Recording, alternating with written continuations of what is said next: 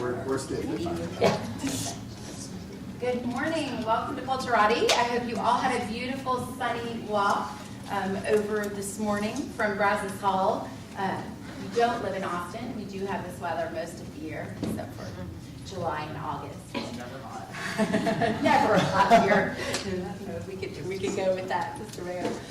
We're so excited to have you here for the first panel today. And we are going to be recording the panels. If you do want to ask questions, either project your voice or we'll bring a mic so that we can hear your questions. And if you can't hear in the back or we need to adjust the sign, please let our wave to our professionals here. As you know, this session is Secrets from the Culture Club. Maybe that's why we're off the record, because it's secret. So we hope that we'll have a real open and engaging session today. I want to introduce our two panelists. First, we have from MailChimp, Aynn Collins, and then we have Kyle Stapleton from Turner, and they are both here visiting us from Atlanta, another friendly city in the southern half of the U.S. We're thrilled to have you here, and we'll go ahead and get started. If anyone needs the restrooms, you're welcome to go out the back. They're on the left and right, and please help yourself to drink and snacks as we go along in this session. So thank you. Cool. Good morning, everybody. Morning. What a day it's been.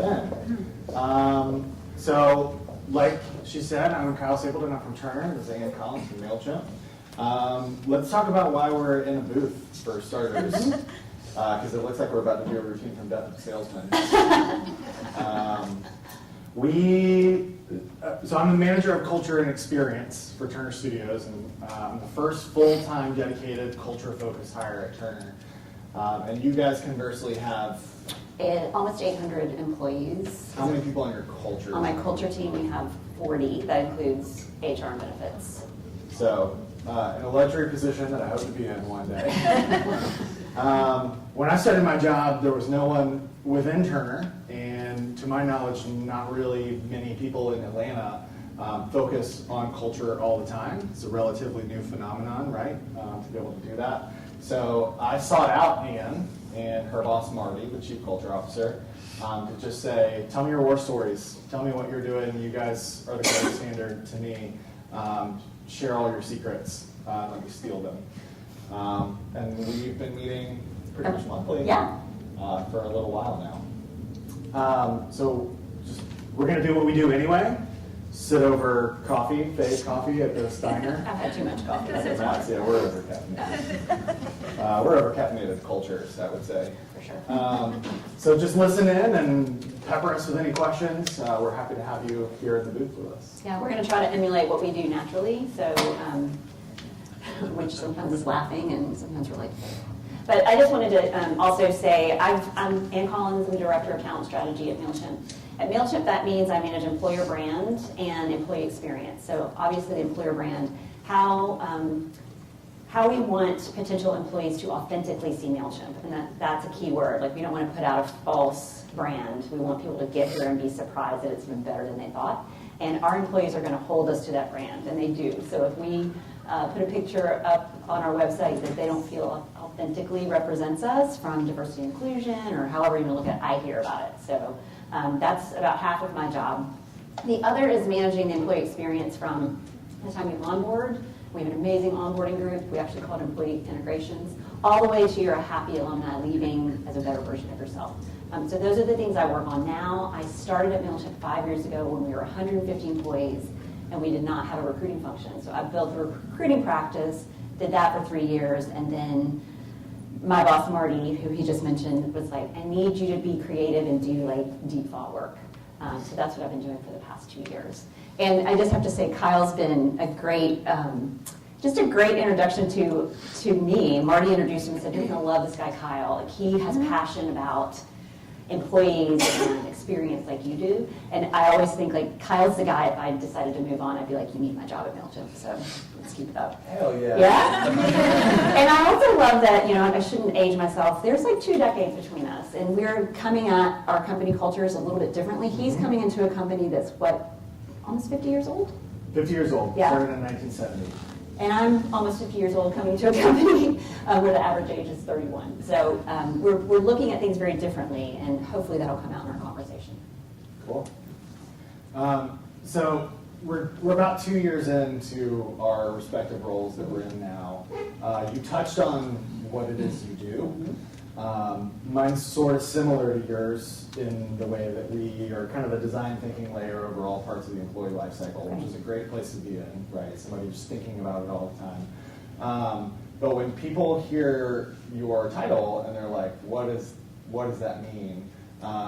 Specifically for an entrepreneur who is starting a company and maybe thinking about putting in that kind of a dedicated role, what should they be looking for? Like what type of person does it take to do this work? And how do you explain that to people? That's good. And I get that question all the time. Yeah. Like, what do you do? And I get it internally sometimes as well.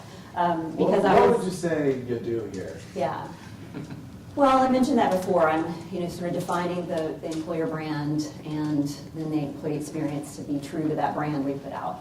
But that takes a long conversation sometimes to tell. I love your explanation of like the design thinking layer, but I'm not sure like my parents would understand that, or maybe somebody in a more traditional company.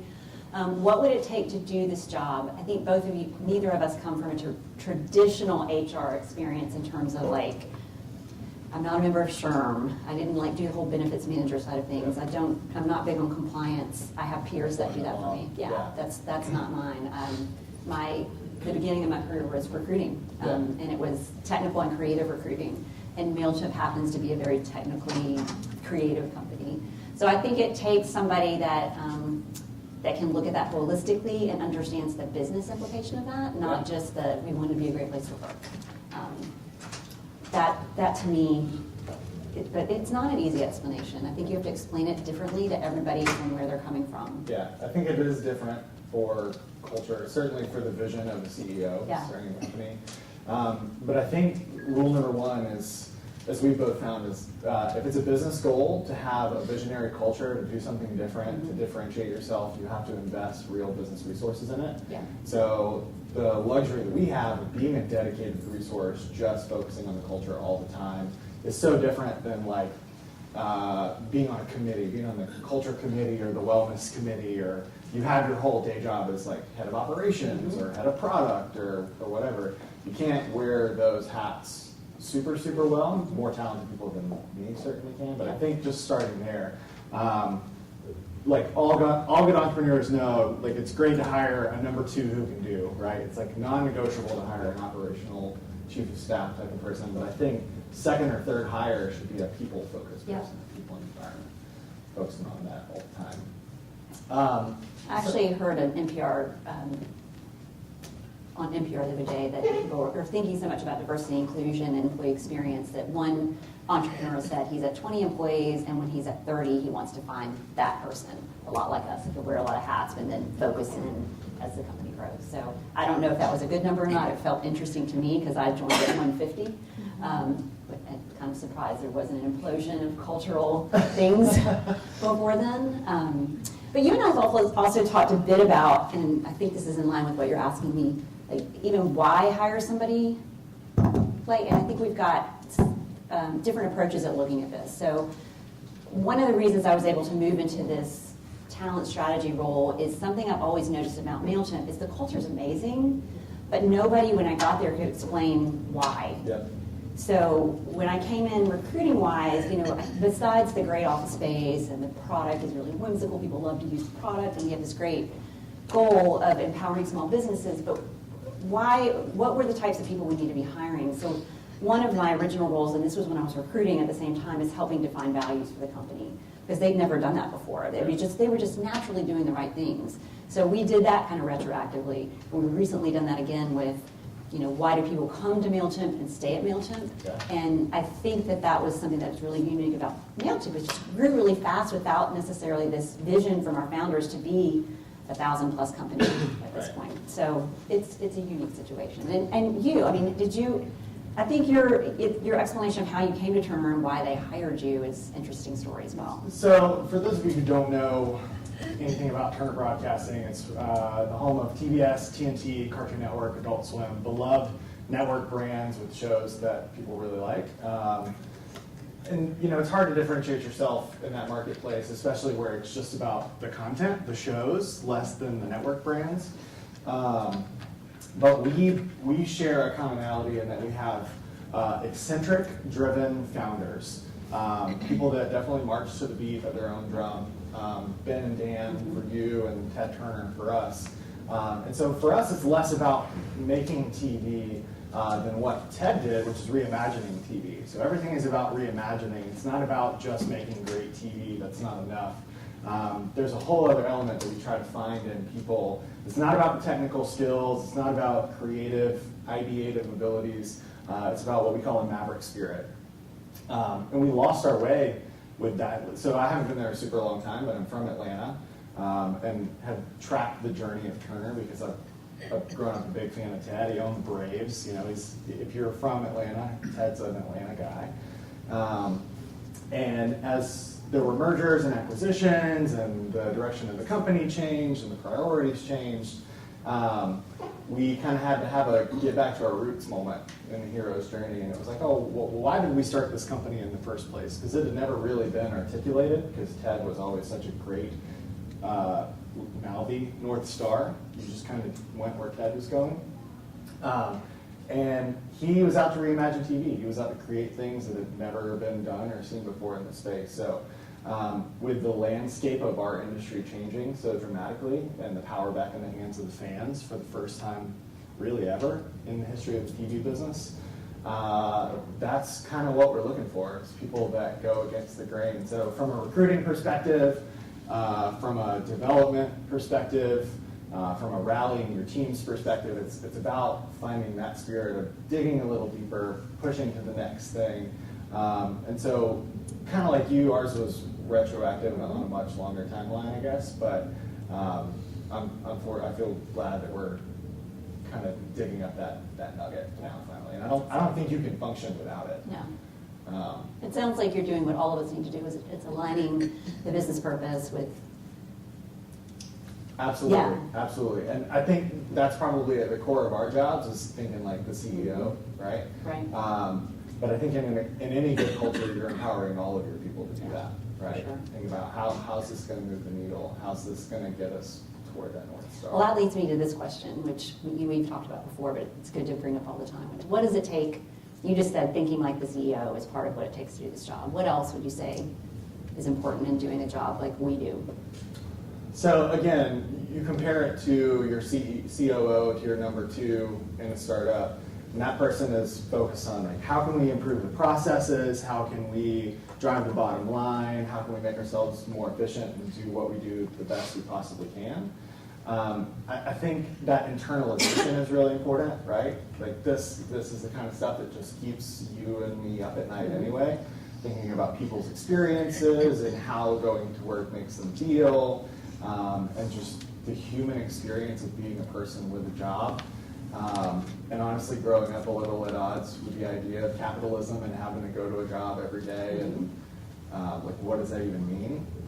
So just somebody who's thinking deeply about the humanity and sees the individual person in everyone and really tries to get to know all the people they work with. I know you were talking about one of your employees who's a musician who's opening for Portugal the Man soon, and Yeah. just like knowing that dimension of your person and what that means for her job, and thinking about everybody's unique contributions. I think that's one like very particular. Yeah, that's sort of like the caring deeply. The Patagonia guy, what's his name, talking this morning about like finding a place where they know you really care about them personally. It's great. But on the flip side, how do you manage that as you grow? So that's something that kind of worries me. You do need this high level of emotional intelligence to like connect with people and where they are. But you know, one of the things that makes me a little sad as we're growing, we're about to hit 800, is I don't know everybody. I don't know everybody in the halls anymore. MailChimp is now bigger than my high school was. So, you know, just being like, who is that person? And hearing somebody talk about this great person that's been here for 6 months and I haven't got to know that person. How do we manage that, or how do we keep that spirit of like understanding the individual? Well, what do you do? What does that look like for you? Well, I panic a little bit. Totally, right? Yeah. Like for instance, we've built Our design team has grown a lot in the last 6 months, and that used to be when I managed the recruiting team. I also had a book of business with the design team. I would hire the designers, so it really hurt me that I didn't know all these great people. So I actually do things like create a lunch just for that team to get to know them and talk about how I can serve them better, and that's a way for me to get to know them. I walk around the office a lot, and just introduce myself, sometimes in an embarrassing way where I've met them already, maybe in an onboarding event, and I don't remember them. But I think all around that's a good thing. They appreciate me just asking who they are. Yeah. I think staying involved with the work that people are doing, again, much like the CEO would. I go to all the divisions' monthly staff meetings to hear about the work, their concerns. I think keeping your finger on the pulse of what's keeping other people up at night. Yeah. Just even if it's a kind of a high level, I think helps. Yeah. But it's interesting that we're talking about like internalizing and struggling, because you guys were just named Company of the Year by Inc. Yeah. Right? And I always describe to other people, like I think I did when we kicked off, that I think you guys are the gold standard culturally, right? And you've done that on your own. There's not been any VC influence in shaping that culture. It's been very, very visionary in that way. But you and I do talk about your struggles. We talk about dark spots, right? So what would you want people to know, since we're in this room, about like, okay, what is even the best company as regarded from the outside struggle with culturally?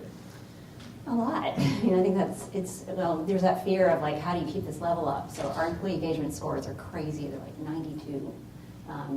When we do our annual employee engagement survey, and our attrition rate is 4%. Like, it's just one of those dream come trues, and then you're like, how do you keep this up? And you start to feel it with the people that have been at the company for 7 or 8 years, losing their place and not understanding how they now align. They used to be in every meeting. They used to be part of the decision-making process.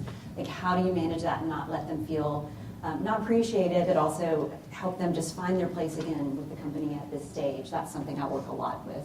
And we're doing that through performance management initiatives. We're not good at that. We're not good at performance management. We're too nice.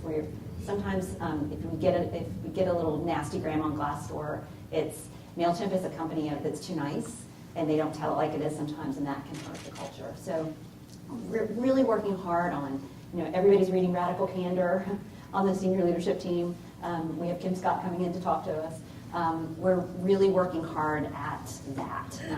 And then, it was such a small company feel for such a long time that people used to look at me like I had 3 heads when I'd say the word Q1, Q2. Like, they didn't talk, and you had a business from like that. What's a Q1? I remember a developer asking me once. So teaching people business language. For the first time, we've created a 3-year strategic plan, and it feels like a big deal to us. But helping people understand like how you fit into all those buckets, even if it's not obvious. That's something we're constantly talking about. Like, here's where you fit in. And if you don't see yourself fitting in, we either need to change your role, or it might be time for you to leave. That's another tough thing for people. It's like letting people know that MailChimp is now a great place to be from. That's what Patty was talking about yesterday, and I love that. It's like, okay, you've done your time here. It's time to spread your wings and fly, and we're happy to see you do that in terms of go do other things and maybe come back later with an experience you can bring back. And that's a thing that just happened. Yeah, on Friday, actually, I found out that someone and I was like, how did I not know this? Yeah, somebody pretty core to the culture. Her last day was on Friday, and somebody came by and said, it's Emily's last day, right? No, she's so great. So I went by to talk to her. I had a little note. She happened to be there. And she was like, I wasn't looking for a job, but I answered a call from a recruiter, and I kept wanting to not like the opportunity. She's going to Salesforce, which used to be kind of a competitor of ours, but now we really focus on small business, and they're focused on enterprise. And she's like, I saw an opportunity to learn something I'm not going to be able to learn here. And honestly, I hope I can come back in 2 to 3 years and bring that. And that just felt like the best win. Having a happy alumni, and it makes me inspired to start like an alumni outreach program and sort of make sure we're tied into that. So I think dark spots is that like candor with employees, performance management, that too nice, learning to, it is a business. We have to sometimes tell Ben, our founder, to stop saying we're a family and say we're a team. But you can leave a team and come back. We're not a family, even though it can feel like that. Right. and it's hard, right? And you have to constantly communicate that, right? Like that's my background. We talked about that before, from the comms agency world, and it just takes repetition, right? And it just takes transparency from that leader. I think Ben and Dan are great leaders. Ben is always out there talking about this kind of stuff. Laura Dames, our GM at Turner Studios, where I work, is very transparent about like, hey, I'm not perfect. I don't know all the answers. I just hope that you'll go with me on this journey. Here's where we're trying to get. And people appreciate that realness so much. Like, I don't have all the answers. Nobody in our business has all the answers. I am anxious the same way that you're anxious, but this is also really fun to just kind of flip the way you're thinking about it to the best of your ability. And as long as you're on this ride with me, we're going to try to figure it out together. Yeah, that's great. And do you report directly to Laura? So I report to the VP of Ops, but Laura created this position, which is the best possible position to be in. She recognized the need, and she really drives the conversation about what the position needs. And is widely regarded, I think, I mean, I can only speak anecdotally, as one of the best leaders in the company. She was brought in at a time when things weren't so good at Turner, and there were a lot of leadership changes, and she just had a reputation as a transformative leader. So they put her in, I think, a pretty difficult spot where the entire studio production organization had to be completely transformed from the business model, the org structure, everything. She just had a reputation for doing it and doing it in a way that people, hard-won people, could respect it. I've worked for some great leaders in my career, but I tell everybody that Laura Dames is the best leader that I've ever worked for. And that to me is another non-negotiable, right? It's like, I wouldn't do this job everywhere because I don't want to die young.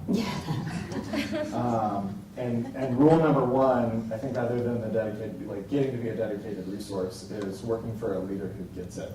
That's not a battle you can win with somebody who thinks they get it, but they think it's about the surface stuff or whatever. You have to have a leader that fundamentally gets in and out. We have to make this a great place. Yeah, I think it's killer that she recognized for a division your size, you needed somebody dedicated to that. Totally. It's amazing. Okay, we both have a lot of changes ahead in 2018. Yeah, we do. So you guys are looking, I think you call it staring down the barrel of a merger acquisition with AT&T. Yep. What's that look like for you? So how are you preparing for that? So I think what we just said really applies. We don't know what we don't know, right? We know it's coming. We know that there are potential great things about it. We know that there are potentially some tough things about it. Keeping our eye on the prize of knowing why AT&T wants to acquire Turner is really, really so important, right? They are technology, we are content, they want us for our content, and our part of the company, studios, makes the content. So we're kind of in the driver's seat. There's always anxiety around change, and it's like we can't make any promises, but to the best of our ability, we know that we're in the best possible position. They wouldn't be spending all this money to try to acquire us if they didn't know we were really good at what we did. So just go keep being really good at what you're doing. Right? That's great. The lights don't turn off for the 6 months, or now it's dragging into like 18 months. I gotta say that wait's gotta be terrible. It's not fun. It's not fun. But repetition is really important, right? It comes up at every quarterly staff meeting. It comes up so often in Q&As with John Martin, our CEO, Laura, with lots of different people, just saying, hey, I don't know, so let's focus on what we can focus on, right? I mean, it's kind of like what my mom always said growing up. Just like, worry about what you know and what you can control. Yeah. Grant me this serenity there. Yeah, something that cannot change. But also just to reframe the conversation constantly. Like, don't be anxious, be excited. This is going to be an opportunity for more people than ever to get a hold of the stuff that you're working on. You're craftspeople, you want to know this, you care about this stuff, right? So just reminding people, like, this is a good thing. This can be a really good thing. This can mean more and new and bigger and better opportunities for you than ever before. So it was crazy to me with my background how much of this role really just comes down to communication. So if you're looking for a background for somebody to do this job, I mean, I think that communications background is really helpful. Huge. Somebody that can find that clarity. I have a peer that's a senior director of communications that we work really closely together on She gives me an internal comms person that I run everything through. We talk a lot about common language and just repeat the things that are important to the company values and culture, and instead of throwing it up on the wall and not really talking about it. So we're constantly, like, I have to tell somebody when they're going to talk to a manager's community, like, be sure to use these 3 words because that's big this year. And how it's amazing how when they use it, you start hearing other people use it just naturally. It's not prescribed as much as just a habit.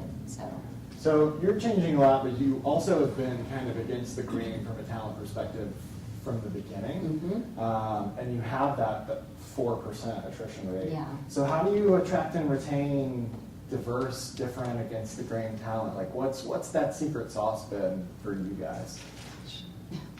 It's been a secret sauce. It's funny, our CEO, Ben, calls us a bunch of misfits. So somebody earlier today said something about you might not be able to work with Patagonia, like you might not be able to work any other place but this place. And that's true, especially the early hires at MailChimp, like finding people that just weren't necessarily going to naturally find themselves in a software company or a corporate position and training them, say, in customer service and then seeing them grow into an engineering role. But now we're having to be much more intentional about that. And the diversity and inclusion side is really important. Yeah. We've talked a little bit about our ERGs, our employee resource groups. Yeah. One thing I love that we did this year is really engage. We just have 3 right now. One is called the Mothership, and it tends to be a minorities diversity group. And that kind of came out of really tough discussions 2 summers ago around like the Ferguson, all the violence that was happening. We had this amazing company-wide meeting, and it was just a really raw meeting where people could be themselves and talk about how scared they were and how awful it felt in a work setting, which was terrifying from a culture person, like what's going to be said, what's going to happen, but it was such a great thing. And this group naturally came out. They call themselves a Mothership. They've been great about partnering with the recruiting teams to have recruiting events specifically targeted at that. So they're bringing in, for instance, they've done 2 in the last 2 quarters. One was with marketing. So they find marketing people on their network, invite them into the office, and make sure they are introduced to the entire marketing team. Just creating a broader network to recruit from has been amazing. Do the same with our LGBTQIA groups. So that's been great. We're also doing some cool things with Morehouse and Spelman in Atlanta, which is great. We've talked about how exciting. We're doing this challenge in the Atlanta area. We're challenging other tech companies to sponsor HBCU students to come to Southwest. That's something we're sponsoring. So that's been fun to kind of engage other people. Like, it's not just about MailChimp, it's about Atlanta working on diversity and inclusion. Tell people what HBC is. Oh, historically black college and universities. Thank you. Of which we have a big hub. There's a concentration of them in Atlanta. I also think that you guys have found a really interesting through line between the business purposes of supporting small businesses and the type of people you hire. Empowering the underdog, I think, is a really good through line. So there is a diversity and inclusion component there that ties directly to the business purpose. That wasn't easy to find, so can you talk a little about how that narrative started emerging? Finding that, the words empower the underdog. So that's kind of that's been there all along. That was one of the things they talked about, empowering the underdog, when I got there 5 years ago. That was the one thing they could talk about, and then the motto is listen hard, change fast. So those are the 2 things that were there. Both Ben and Dan come from families where their parents had small businesses and failed. So once they built this product that they saw to bring small businesses up to the same level of kind of put them on the same playing field with the big dogs, they saw that as being their purpose. So that was a great rallying call to find people. Like, finding people that care about that, they usually fit into our culture. Now, we went back and defined 3 values that really made a lot of sense, and we continue to hire to. They're humility, creativity, and independence. So it's that no jerks rule that a lot of us think about. It's people that are really creative thinkers, that are problem solvers all the time, and then people that zig when others zag, is what Ben likes to say, like, that will question him and question others. So that was like a 2-year process, honestly, going back and defining what are those 3 things that seem to be common among our star players. But the empower the underdog was always there. And that's, a rallying cry. And it does play really nicely into D&I stuff. And we've talked about that MailChimp's always just naturally been, really focused on diverse hires in all ways you think about the word diversity, and in a very inclusive workplace where you can really be who you want to be. We talk about being yourself makes all the difference. That's my employer brand tagline last year, but it's true. Like, you can be your crazy, weird self at MailChimp. But we've decided and discovered that it's so important to be intentional now. Sure. And use those words and show up in the places and have the uncomfortable conversations, and not just be like, well, we're great, we've always done that, but be intentional and be a role model for other companies. So, since we're getting close on time, I think that's Yeah. a good segue to, this doesn't exist in Atlanta, right? There's not this critical mass, and that's why we started getting together. So, why is it not enough? Let's touch on, why is it not enough for it to be good within the walls of our companies?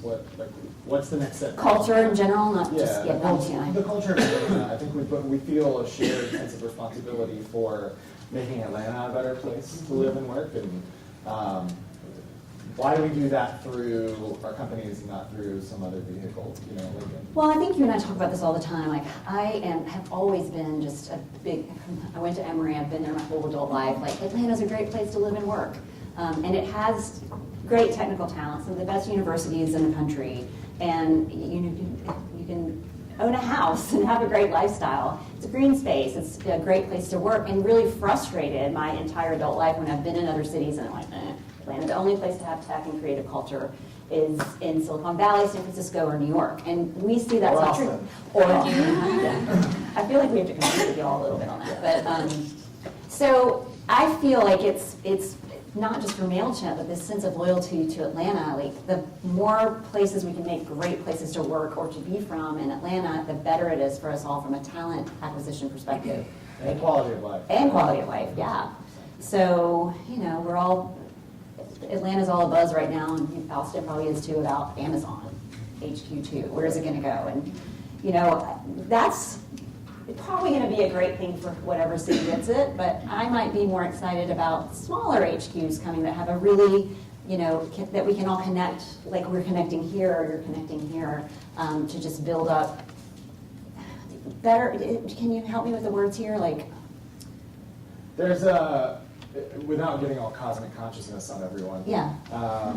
There's why do you get up in the morning type thing, right? It's not to make, you weren't born to make MailChimp the greatest company in the whole world. You were born to make the world a better place for your kids to live in and your kids. And to help people find their purpose within work, I think is one, and I can do that through my job at MailChimp. So I think that's another reframing that has to happen is the priority order. It's like, I don't do all these things so that my workplace is great. I try to make this workplace great so that we have more resources and influence to do the stuff that really matters ultimately. Yeah. Right? And the selfish that we talk about, and then I'll stop talking. No, I think Okay, good. It's hard to attract people to Turner Studios if let's say they're going to relocate from LA to come work at Turner Studios, but they think, okay, but is that the only game in town? What happens when I've been at Turner Studios for 3 years and I'm ready for a new place? Is there another place to work? And we feel really passionately about bringing more great places to work to Atlanta that way. Absolutely. But it's selfish too. I want those people. Or a win-win is things. Yeah, exactly. Who has a question? I'm sorry, I keep. For Ann, can you talk a little bit about your recommendations for a company that maybe is at 150 or 200, is not going to 800, doesn't have the resources to That you know of. dedicate the right, it doesn't have the resources to dedicate that individual to do it full time. But is it something you recommend building inside of an existing HR shop that does have to worry about compliance and benefits and everything else, or more employee-led, kind of the second job piece? With any recommendations? I think the second job thing is always hard, but sometimes it's your only option. And there is a pro to having like the compliance HR piece already built out. So there's good practices built around that already, hopefully. So there might be a pro to that happening. Maybe a really good consultant coming in and helping with some of those pieces. Before we got the big culture team, it was just me and Marty, who's our chief culture officer. We hired a group of they were Emory's business school, the Boyzetta business schools in Atlanta, and a lot of their MBA professors came in and helped us, look interview, look at what the values really were. They helped us with that. Helped like pinpoint like scary areas that we really needed to watch, and help like we would meet with them 5 to 10 hours a week. And that was a great way for us to sort of understand next hire is what we need to do. So finding somebody that had done it at that same stage and can like look at it objectively, I think would be a good way to start. Any thoughts? I think so. Assuming you're the leader or a leader of that company, empowering that next hire to break the rules and not think like the compliance person, and put them on equal footing with that compliance person, and just say, look, we're in a new modality now, so we need to expand our thinking, and you two need to work together in peace and harmony toward this common goal. It's funny because I adore her, but our vice president of human resources and I are we're constantly in healthy debate. Where she's like, she's a former lawyer, so she's keeping everything all buttoned up. And I'm like, no, we've got to blow this up over here. Takes all kinds. But it's good because if she wasn't there, I could probably do some damage.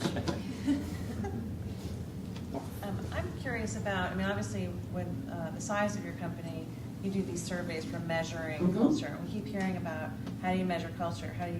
Which ingredients? How do you make sure you don't go too far and start adding too many bells and whistles and also if the economy starts to tank, how are you going to shrink that to what is the essence, right? So that's a lot of questions, sorry. No, I get where It's you're a real going. pop going on here, but I think that's a really, to me, I mean, my company's small, you know, we're 12 people, so, and our culture has been growing and growing, and I think there's a lot of purpose to it, but I've never actually put a measurement tool other than just a survey. Yeah. So I'm questioning, like, how do you, as we grow, how do you actually start to measure, or just in a purposeful way, other than sort of I don't know, to me, like, it's hard for me to relate to your size Right. company, like, oh, we're just gonna do how's everyone feeling, and Yeah.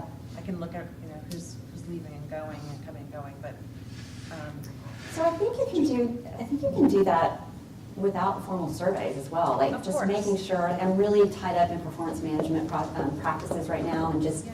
having really intentional one-on-ones that are consistent with the questions you ask with those employees, and seeing, you know, really encouraging people to be honest where you might be falling short, and making it a safe space for them to challenge some of that stuff. Yeah. I think feels so much better than, I mean, we encourage that at the one-to-one level. We just do an employee engagement survey one time a year, and it was an intentional, like, and it's 12 questions.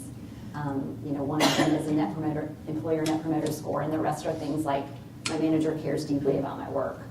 I align myself with the vision of the company, and because I'm one of those people that get really wordy and want to ask all the questions, but the people that kind of bring me down are like, you're setting up an expectation with some of these surveys that you might not be able to always To deliver meet. on. Yeah, like if you have to shrink, or, you know, so keeping it very simple and keeping it to the core things of why people are there and why they want to stay there, and measuring that and that alone. But intentionally one-on-one, I think is great. And- We're using a tool right now that's great, but it's even overkill for us. okay, oh, gosh. I'm happy to tell you about that tool later, but Yeah. I'm thinking about, the great piece about it is it's got the anonymous piece baked in really well, and that's important at this size for us. Right. But other than that, I feel like we're using a machete to cut butter. The other thing that you threw out there was that being too nice in Mhm. these review processes, and we heard yesterday a lot about kind of blowing up the annual review. Mhm. Have both of you, thought about kind of life after annual reviews and? I'm thinking about it like crazy, but what are you guys doing? Luckily, we are in a good position being in a creative industry that we can do project postmortems. Here is a piece of work that we worked on together, March Madness or the NBA playoffs or something like that. Yeah. At the end of that, we want to hear from the networks, the producers, the directors. What do we do well? What can we do better next time? Did you enjoy the artists you were in the room with? Right? And we're assessing on technical, creative, and soft skills at all times. And everyone on both sides of the aisle is increasingly clear on that. But just taking it project by project. And I think that kind of addresses what you guys were talking about, like kind of some of the long-term anxieties and frictions. Treat it a little more like a jam session, to use a music metaphor. Like, we're good on this project together for now. Patty touched on this yesterday. Like, tomorrow, that might not be the thing. So maybe you go work on the entertainment side or something different, or maybe you go to a different company or you freelance or whatever. But just breaking it down to whatever the little, like to the piece of work level, I think is what makes the most sense. Annual reviews they're terrible. But I'll debate you. I think you can't completely do away with them. Like there has to be some, to me, and I think this is controversial right now. I think what we have to get away from is that being the only important piece of feedback an employee gets every year. So what we're pushing is we're introducing short quarterly reviews so people know where they stand. And we don't do any ranking and rating in terms of only this many people can be at this level. But we feel like that encourages those tough, productive conversations is one-on-ones, quarterly performance check-ins that are documented. Our argument is that then nobody's surprised at the end of the year. And also doing some 360 feedback in the middle, but not at the end. We think 360 feedback should be right in the middle of the year. I think they complement each other though. I think like the check-ins are micro and the annual is macro, right? So you're saying like, you should do this different. You did this well this time and you should do this differently next time. And then you get that body of work and you do a little more like New Year's resolution, reflection type thing at the annual check-in. I'd love to talk to anybody that wants to talk performance management right now, by the way, so find me if you have good ideas. Any more questions? Because I think we're pushing time. I have one quick question. Just quickly back to you said you used Emory and some of their professors for additional resources when you were doing your work. Did you ever look at any other consulting firms, or was that the group I that you didn't. used? Okay. And honestly, I'll just be honest, I reached out to my network and somebody suggested this particular person, we liked him, and he kind of became part of our fabric for a while. No. Okay. But I think it was because we were just like, Cool. Awesome. Thank you. For Kyle, like you mentioned, Turner's been around for quite some time, didn't have anybody like you. And so then all of a sudden you go in there 2 years ago. Like, what are some tangible things that you did at the beginning to sort of start to create change in a company that had been around for a while? It's a great question. So I'll first say that the work had been started before I got here, right? With new leadership, specifically with Laura. She laid the groundwork and said, we're going to transform. Here are some of the ways we're going to do it. We're going to remove some of the bloat in the org structure. We're going to empower you to do your work in new ways, things like that. I had the luxury for the first 30 days of just listening to people, just learning about the business, learning about the struggles on the ground floor. What's a pain point for an editor that sits in a room by him or herself all day? Somebody who's on the road traveling, doing camera for 9 months out of the year and is essentially a remote worker. Learning about those subcultures and then finding some commonalities in that, and then also just kind of acknowledging out to everyone that, hey, this resource exists now, but it's just a starting point, and I'm only as good as the information and investment that you give me, right? So we still have a long way to go, but I think we started really turning a corner when people saw that a resource had been dedicated to this, and they know where to find me if they ever have any suggestions, right? We think about it in terms of use cases, much like UX, right? I tell people, if you ever think, man, wouldn't it be great if we blank, come to me, tell me what that is, or if there's some obstacle that is impeding your ability to do your best work or have a good time while you're at work, I want to know about that too. And I'm probably not ultimately the right person to solve it. It's going to be me and some partners or other stakeholders. But I'm your conduit for making the good stuff better and getting rid of as much of the bad stuff as possible. So it was a little bit of a marketing tour, honestly, when I started listening at marketing. Yes? I think one of the most important things for leaders to embrace is to be aware of their own blind spots and to not be in denial. And when you are open to the fact that you don't know everything and you're willing to be surprised by what's going on in your organization, then you can hear about the issues that are threatening your culture because your employees know what's going on. I guarantee you that every Uber employee knew that there was a massive amount of sexual harassment going on in that company. It did not take a revised policy or a lawyer in the HR slot in order to have that happen. But when they brought in a new HR leader a year ago, she said, our biggest problem is something stupid that didn't have anything to do with the fact that they were nicknamed Boober all over Silicon Valley. So there was a denial going on in her case. Obviously, the board knew that this was going on or found out it was going on and then had to make some pretty serious adjustments.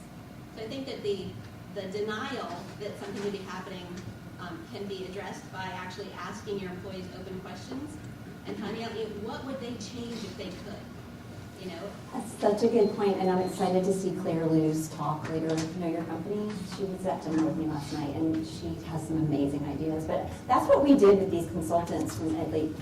I was new, so people still would sort of tell me stuff, and I seem to be able to get people to tell me stuff. It's a superpower I have. But this person coming in and saying, "Tell me everything," and everyone knowing that Ben, our CEO, is cool with them telling him everything, and he learned about his blind spot for sure. One Can't of do those. it without good leadership. Yeah.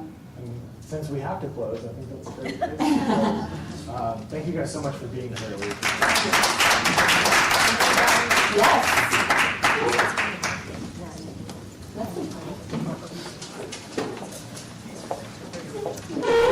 Let's just like talk with each other.